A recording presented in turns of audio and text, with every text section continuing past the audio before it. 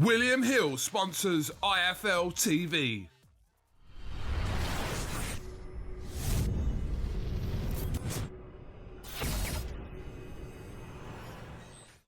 I'm the man to beat Daniel Dubois.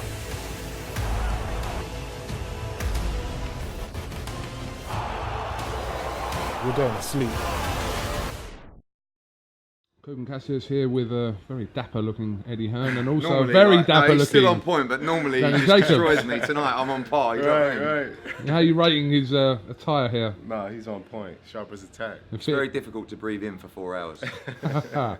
How are you, Mr. Jacobs? I'm well, thank you. Yeah.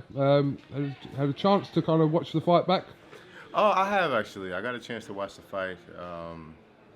Had my assessment on it. Really got a chance to really let it dwell in and sit in and think about what changes need to be made as far as either preparation or just the actual fight. But I actually think it was more so of a weight issue, being drained and fighting under the circumstances. I think it was a bit too much for me, but I look forward to the future. I think 168 might just be my next move, so we'll see in the near future. I'm looking forward to having a meeting with my team and whatever assessments they have. I'm looking forward to hearing it and displaying to the world exactly what we have in the near future. Is the 168 going to fight shortly? I think so. I mean, I'm not as in with his team as his training team and people like that, but I see that he's a huge middleweight.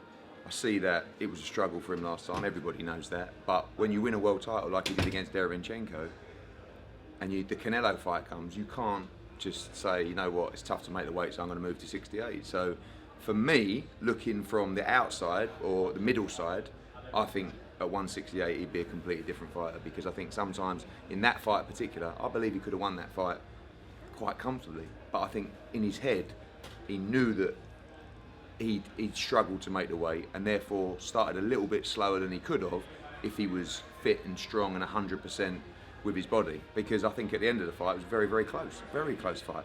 I mean, he wins one round, it's a draw on 2 cards.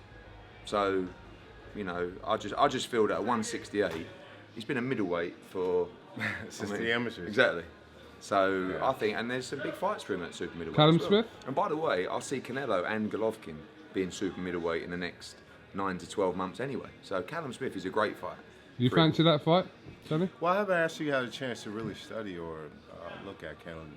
I'm looking forward to studying him tonight, seeing him tonight, and just seeing exactly what the super middleweight division has in store. I know it's a step up for me, some big boys in the division, but I'm a big guy as well, so hopefully when I do, and if I do step up, I can feel in comfortably. That 8 pounds would be nice, wouldn't it? Yeah, absolutely. I can When realistic will we see Danny out next? When he wants. I mean, obviously, he's only going to fight once more this year, I think, realistically. So September, October, November, I mean, he's going to have a bit of time off.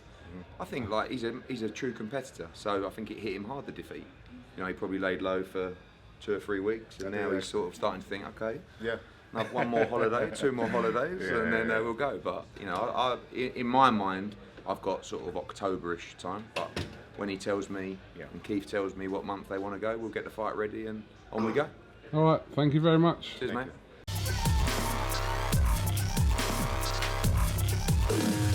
William Hill sponsors IFL TV.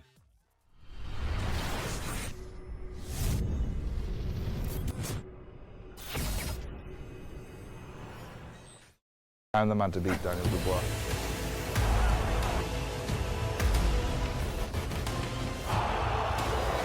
You're going to sleep.